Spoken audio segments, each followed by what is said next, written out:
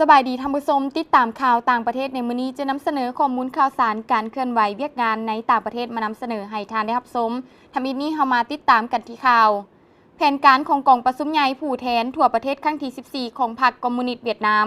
เนื่องในโอกาสเปิดกองประชุมใหญ่ผู้แทนทั่วประเทศครั้งที่ 14 ของพรรคคอมมิวนิสต์เวียดนามที่ได้จัดขึ้นในระหว่างวันที่ 19 หารวันที่25 มังกร 2026 นี้รัฐบาลเวียดนามได้จัดตั้งพิธีประกาศการจัดตั้งให้แก่บรรดาองค์การการทูตต่างประเทศและบรรดาองค์การจัดตั้งสากลอยู่เวียดนามท่านเลหายทางรัฐมนตรีว่าการกระทรวงการต่างประเทศเวียดนามให้ฮู้ว่า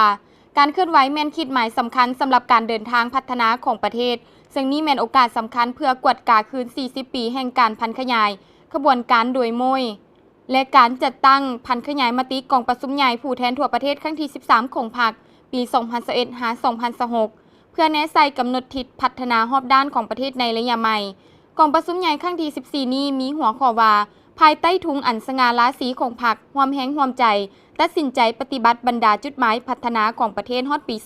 2030 เป็นเจ้าตนเองและมั่นคงก้าวไปหน้าอย่างแข็งแรงในยุคแห่งการพัฒนาประเทศชาติเพื่อสันติภาพเอกราชประชาธิปไตยห่างมีวัฒนถาวรก้าวเข้าสู่สังคมนิยมอย่างมั่นคง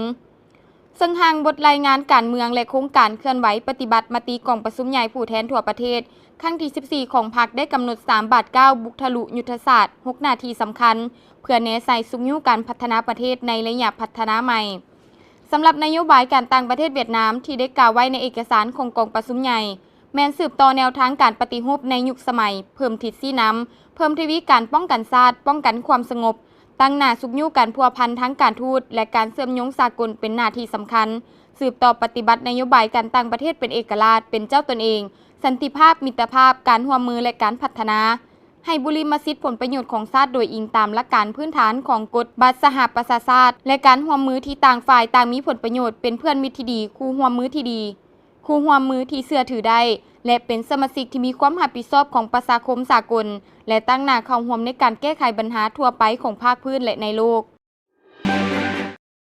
มาต่อกันที่ข่าวจีนจะเปิดกว้างพื้นฐานเศรษฐกิจด้วยงบประมาณ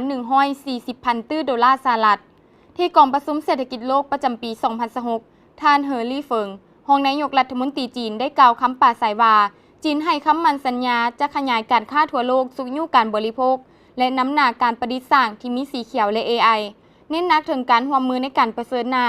ซึ่งท่านได้ตีราคาสูงต่อแผนการของจีนที่เปิดกว้างพื้นฐานเศรษฐกิจด้วยงบประมาณการลงทุน140,000 ตื้อดอลลาร์สหรัฐเพื่อเพิ่มทวีการพัวพันคู่ร่วมมือทั่วโลกสุขยุการพัฒนาแบบยืนยงในขณะที่การแก้ไขเสถียรภาพตรงโซ่การสนองของโลกในเวทีปราศรัยท่านยังกล่าวว่าจีนแม่นคู่ร่วมมือบ่แม่นคู่แข่งซึ่งในกองประชุมเศรษฐกิจโลกประจำปี 2026 นี้หลายฝ่ายได้มีการสนทนาเกี่ยวกับแนวทางทายเอียงของเศรษฐกิจโลกที่จะเกิดขึ้นในปีนี้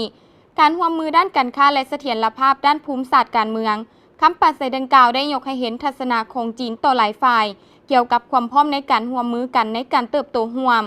การพัฒนาแบบยืนยงเศรษฐกิจสีเขียวนวัตกรรม AI